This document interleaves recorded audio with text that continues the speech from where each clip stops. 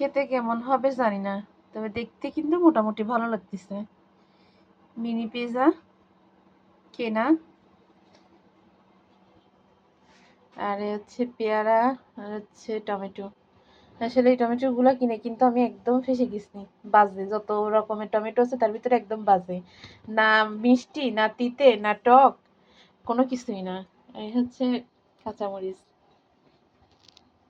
অনেক সুন্দর লাগতেছে, সবুজ সবুজ। বোটা নষ্ট হয়ে গেছে, বোটাগুলো বাঁচতে হবে, ফ্রিজে ছিল 2 দিন। ডিমগুলো দেখেন তো অনেক বড় বড়, কিন্তু অনেক বড় বড়, বোঝা যাচ্ছে না। 12.5 টাকা করে পিস নিচ্ছে, 20টা নিয়ে আসলাম। তার থেকে আরো সুন্দর জিনিস দেখেন, দেখেন টমেটো। ওই টমেটোগুলো কিনে তো ফেঁসে গেছি, এই জন্য এই টমেটোগুলো নিয়ে আসলাম। বললো তো অনেক টক হবে, উপর আল্লাহই ভালো জানে। ডাল রান্না করবো এখন এই টমেটো দিয়ে। তবে সুন্দর লাগতেছে, এই জন্য আসলে দেখানো। অনেক, আমার কাছে তো অনেক ভালো লাগতেছে।